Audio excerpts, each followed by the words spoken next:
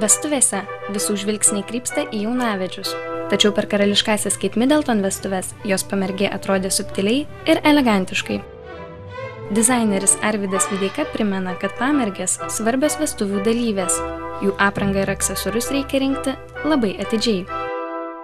Parduotuvėse, nuomos salonuose ar net siuvyklose pamergėms siūlomų suknelių tiesiog kalnai. Ilgos, trumpos, siauros, pūstos. Ką pasirinkti tokioje gausybėje?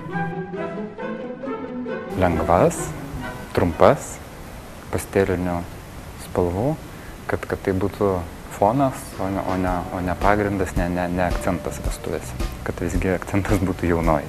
Ir jos neužgoštų ryškiai žalios, salotinės, raudonos, žodžiu, visos stiprios spalvos. Papuošalai, jei jų per daug, negerai, jei per mažai, taip pat blogai. Arvydas Videika pataria visuomet ieškoti aukso viduriuko. Aksesuarai minimalus, nes vis tik tai yra kaip ir vakarinis rūbas, kokteilinis vakarinis rūbas, tai turi būti kažkokia maža derinukė, tikrai nedidelės lęšės, arba gali būti net ir be jų.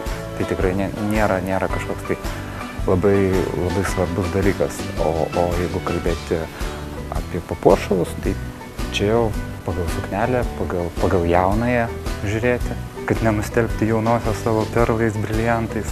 Ir tiesiog aš manau, tai visgi pamergė tai yra jaunos mergaitės suknelė. Tai jinai neturi atrodyti kaip ištekėjusi, pagyvenusi moteris, susikrovusi visus savo briliantus ir taip toliau. Tai turi būti lengva, gražu. Batelius reikia jau žiūrėti, aišku, atskirai prie modelio, nes ir pagal ilgį žiūrėti, vėlgi vieni ilgiai gerai žiūrisi ir be kulno, kiti nelabai gerai. Čia nėra tokia kaip taisyklės kažkokios.